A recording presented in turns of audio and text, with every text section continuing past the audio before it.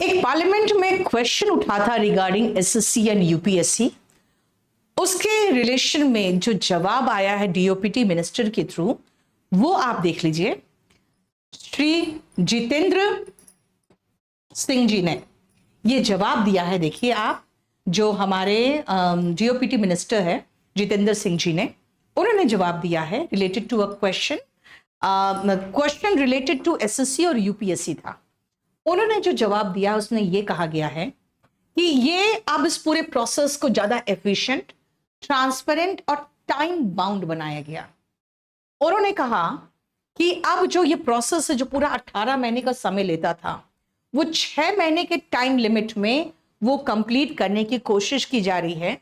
और इसमें 1/1/2016 से इस प्रोसेस को फास्ट करने के लिए, इससे जो हमारा इंटरव्यू एक होता था 2016 के पहले, वो इंटरव्यू को खत्म कर दिया गया। इन्होंने ये नहीं बताया कि उन्होंने इंटरव्यू खत्म करके एक डिस्क्रिप्टिव एग्जाम शुरू कर दिया था टियर 3, जिससे और डिले हुआ और बहुत सारे बच्चों को बहुत ही अजीब से नंबर दिए गए। सेम ऐसे लिखने वाले 2 बच्चों को अलग अलग नंबर, यहां तक कि 20 मार्क्स के डिफरेंस कई बच्चों के बीच में वो मिले, जिसके कारण कुछ का सिलेक्शन रुका था।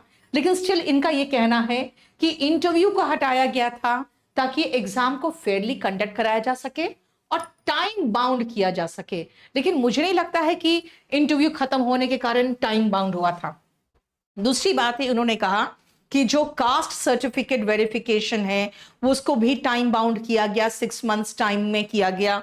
और उसके बाद lakhs of appointment letter distribute किया गया गवर्नमेंट के द्वारा अक्टूबर 2022 के बाद।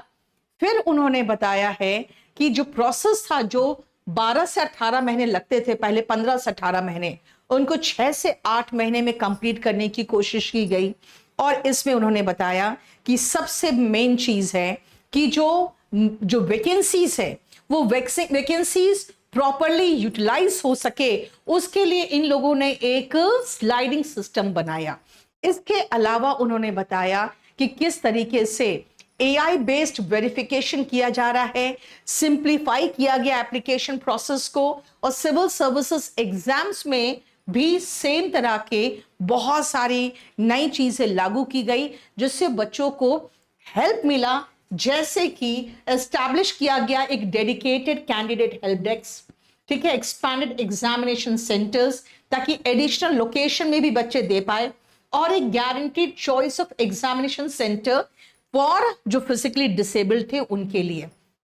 तो देखिए, ये जवाब था जितेंद्र सिंह जी का इस पूरे मुद्दे पर, जो यूपीएससी और एसएससी का मुद्दा था। और ये पार्लियामेंट का एक क्वेश्चन था। उन्होंने बताया कि वो क्या क्या रिफॉर्म्स लेके आए यूपीएससी और एसएससी में। आपका क्या ख्याल है और आप क्या मानते हैं कि क्या ये जो इनका क्लेम है ये सही है, और सही है तो कहां तक सही है, और क्या क्या सुधार होना चाहिए? मैं 2-3 चीजें वेलकम करना चाहती हूं जरूर। जैसे सारे जो मुद्दे हुए थे पिछले साल और हम लोगों को अरेस्ट करके जब उठाया गया था, उसके बाद एक बहुत अच्छी बात हुई थी कि डीओपीटी मिनिस्टर के थ्रू हमारे पास प्रपोजल आया था मुलाकात का, जिसमें हम लोगों ने जो 100 रुपये लिए जाते हैं सभी कैंडिडेट से उन गलत क्वेश्चन के लिए, जो गलत क्वेश्चन वो पूछते हैं, उसका मुद्दा उठाया था। सीपीओ का रिजल्ट बहुत दिनों से पेंडिंग था, उसका मुद्दा उठाया था। उसके बाद जो एग्जाम में रॉन्ग क्वेश्चंस आते हैं वो उठाया था। कोई भी ऐसा हेल्प डेस्क नहीं था जहां पे अपने ग्रीवांस एसएससी के बच्चे रख सके, उसका मुद्दा उठाया था।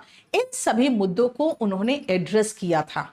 सीपीओ का रिजल्ट तुरंत आ गया था, और उसके बाद एक ऐसा ही हेल्प डेस्क बनाया गया एसएससी के लिए, जो आपको पता है, जहां पे आप अपने जो भी ग्रीवांस है उसको दे सकते हो, वहां पे मेल कर सकते हो। तो 2-3 अच्छे सुधार तो आए थे, लेकिन बहुत कुछ होना बाकी रह गया, क्योंकि उसके बाद एडिक्विटी आ गया, जिसने सारा मामला बहुत गंदे से खराब किया।